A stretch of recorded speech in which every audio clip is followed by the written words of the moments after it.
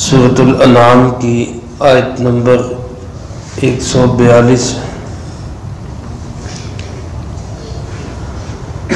الحمدللہ وکفی وسلام علی عبادہ الذین اصطفی خصوصا علی سید الرسل وخاتم الانبیاء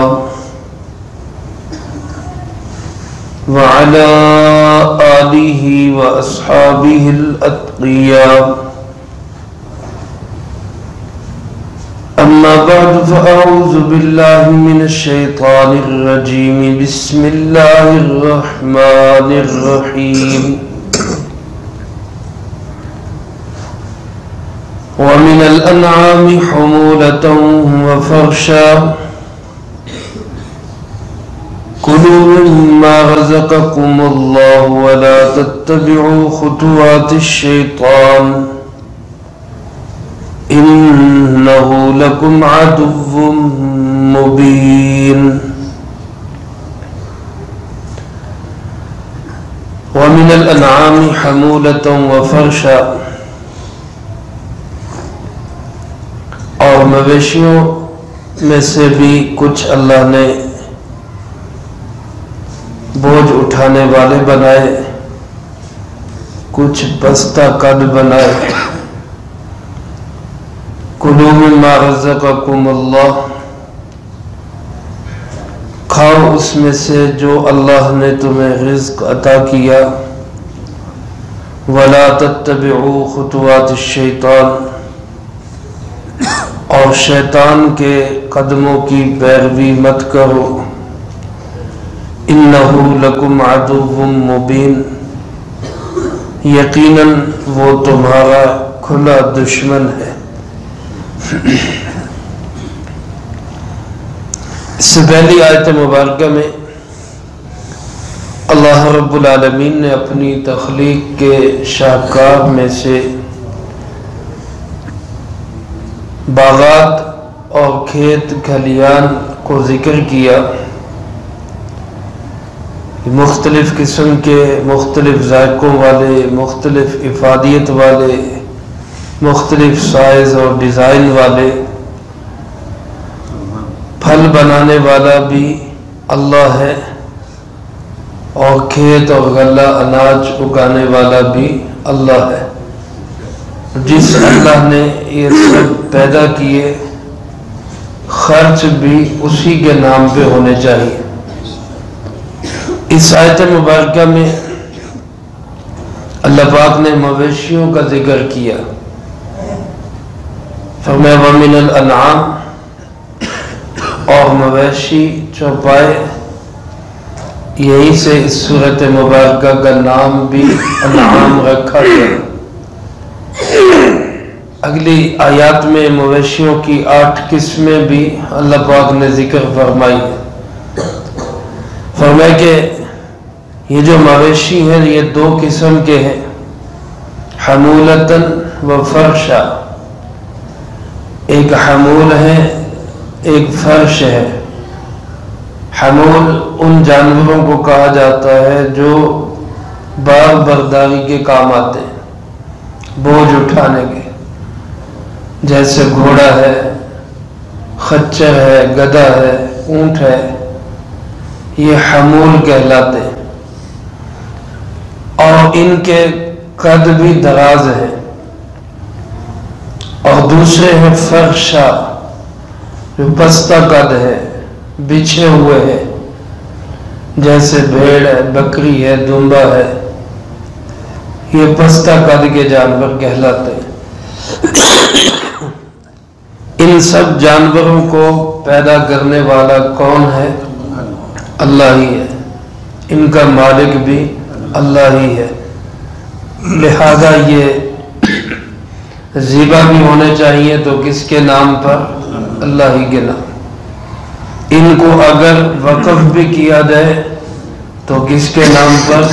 اللہ ہی کے نام پر وقف کیا جائے۔ غیر اللہ کے نام پر ان کو ذبح کرنا جنات کی خوشنودی کے لیے کسی انسان کی خوشنودی کے لیے، کسی آستانے چوکھٹ کی خوشنودی کے لیے، کسی قبر مزار دربار کی نظر اور نیاز کے لیے، یہ اللہ رب العالمین کی ذات کے ساتھ بہت بڑا شرک ہے۔ پیدا کرنے والا اللہ ہے اور خرچ کیے جائے، ذبح کیے جائے کسی اور کے نام پر۔ اللہ پاک نے اس لیے ان کی تخلیق کا یہاں ذکر کیا۔ پھر ان میں خود ساختہ پابندیاں، رسوم، رواج، اس کا اللہ پاک نے کلا کما اس طرح کیا کہ کلوا مما رزقکم اللہ، جو حلال رزق اللہ نے تمہیں دیا ہے اس کو کھاؤ، اس میں خام خواہ کی پابندیاں نہ لگاؤ۔ جیسے کہ عرب کے معاشرے میں زمانے جاہلیت میں خود ساختہ پابندیاں تھیں کہ یہ جانور بتوں کے نام پہ چھوڑا ہوا ہے، اس پہ کوئی سواری نہیں کر سکتا، اس کا کوئی دودھ نہیں نکال سکتا، اس کا کوئی گوشت نہیں کھا سکتا، یعنی حلال کو حرام قرار دے لیتے تھے۔ جس طرح حرام کو حلال کرنا نام بدل کر یا اس کا کوئی حیت بدل کر، رشوت کا نام چائے پانی رکھ لے، سود کا نام جو ہے انویسٹ رکھ لے، یا کوئی بھی حرام کو حلال کرنا، اس کی ہمیں اجازت نہیں۔ اسی طرح کسی حلال کو حرام کرنے کی بھی ہمیں اجازت نہیں ہے۔ جو اللہ کی حلال چیزیں ہیں، پاک چیزیں ہیں، ان کو ہم استعمال کر سکتے ہیں۔ اللہ پاک نے فرمایا جو بھی چیزیں اللہ نے تمہارے لیے حلال پیدا کی ہیں ان کو کھاؤ، وہ اللہ کا رزق ہے، وہ اللہ کا دیا ہوا عطیہ اور تحفہ ہے۔ کھانے والی چیزوں کو کھانے میں استعمال کرو، جیسے حلال جانور ہیں وہ کھانے میں استعمال ہوں گے، اور حرام جانور جن کا کھانا حلال نہیں لیکن ان سے فائدہ اٹھانا حلال ہے، سواری حلال ہے، ان سے بوجھ برداری کا کام لینا حلال ہے، وہ استعمال کرو۔ تو کلو کا مطلب محض کھانا ہی نہیں بلکہ کلو کا مطلب استعمال کرو، جو رزق اللہ نے تمہیں عطا کیا اس کو برتو۔ لیکن اس معاملے میں فرمایا وَلَا تَتَّبِعُوا خُطُوَاتِ الشَّيْطَانِ، شیطان کے نقش قدم کی پیروی نہ کرو۔ حضرت امام شاہ ولی اللہ رحمت اللہ علیہ لکھتے ہیں کہ یہاں شیطان کی پیروی سے جو روکا گیا اس کا مطلب کیا ہے؟ فرمایا اس کا مطلب یہ ہے کہ شیطان انسان کو اس بات پہ ابھارتا ہے کہ اپنی مرضی پہ چلے، اپنی مرضی پہ چلے۔ جیسے آج آپ سنتے ہیں بعض لوگ دھڑلے سے کہتے ہیں میرا جسم میری مرضی۔ نہ یہ جسم ہمارا ہے، نہ یہ مال ہمارا ہے، نہ یہ چیزیں ہماری ہیں، یہ سب کس کا ہے؟ اللہ رب العالمین۔ مرضی بھی چلے گی صرف کس کی؟ اللہ رب العالمین۔ اللہ کی مرضی کے مطابق زندگی گزارنا یہ شیطان سے دوری کا سبب ہے، اور اپنی مرضی کی زندگی گزارنا یہ شیطان کی پیروی کا سبب ہے۔ اس لیے یہاں اللہ پاک نے اس کے ساتھ منع کر دیا کہ شیطان کی پیروی نہیں کرنی۔ تو قانون شریعت، اللہ کے احکامات، اللہ کے دیے ہوئے ضابطوں کو پورا کرنا یہ خود اللہ کی مرضی ہے اور اللہ کی پسند والی زندگی ہے، رب چاہی زندگی ہے۔ اور قانون شریعت کو توڑ دینا اور اپنی مرضی اور خواہش پہ چلنا یہ خود پسندی ہے، اپنی مرضی کی زندگی ہے۔ ہمارے ہاں بعض لوگ بظاہر دیندار بھی ہوتے ہیں لیکن جب دین کا مسئلہ آتا ہے تو پھر ان کی خواہش یہ ہوتی ہے اور کوشش یہ ہوتی ہے کہ کسی طریقے سے قرآن و سنت میں ہماری مرضی کے مطابق کوئی دلیل مل جائے۔ یہ میرے عزیز دوستو دین کے لبادے میں اپنی مرضی ہے۔ یہ جس طرح دین کا لبادہ اتار کے اپنی مرضی کی اجازت نہیں، اسی طرح دین کا لبادہ اوڑھ کر بھی اپنی مرضی پہ چلنے کی اجازت نہیں ہے۔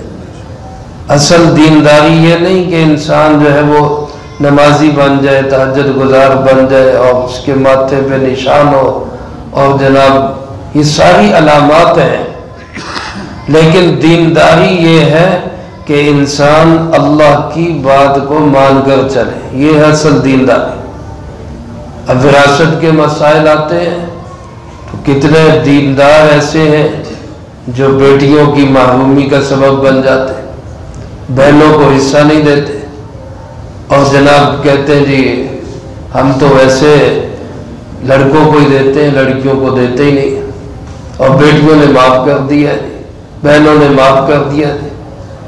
تو خدا کے بندوں، پہلے ہی اللہ پاک نے ان کا حصہ تم سے آدھا رکھا ہے، وہ رکھا ہی آدھا اس لیے کہ تم نے ان پہ خرچ کرنا ہے، بہنوں پہ تم نے خرچ کرنا ہے، بیٹیوں پہ تم نے خرچ کرنا ہے۔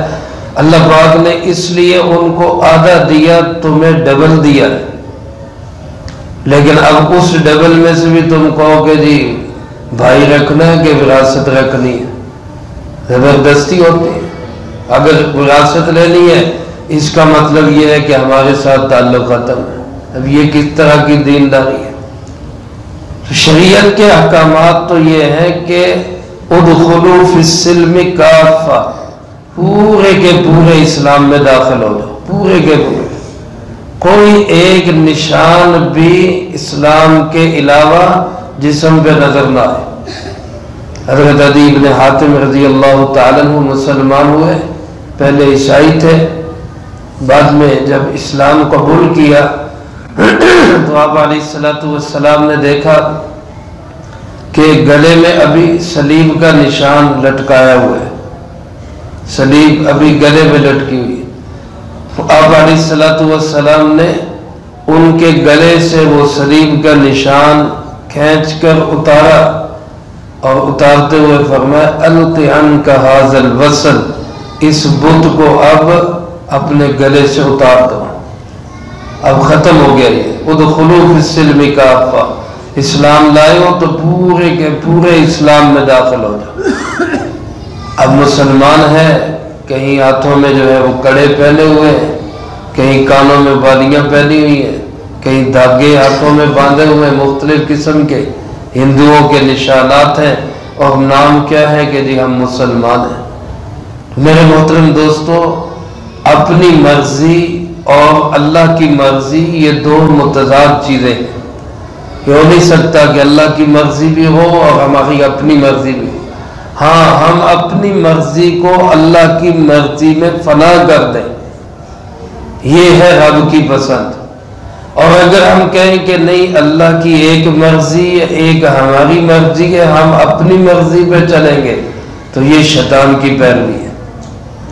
اللہ پاک فرماتے وَلَا تَتَّبِعُوا خُطُوَاتِ الشَّيْطَانِ، شیطان کے قدموں کے پیچھے مت چلو، إِنَّهُ لَكُمْ عَدُوٌّ مُبِينٌ، یقین کر لو کہ وہ تمہارا کھلا دشمن ہے، وہ دوست نہیں ہے تمہارا۔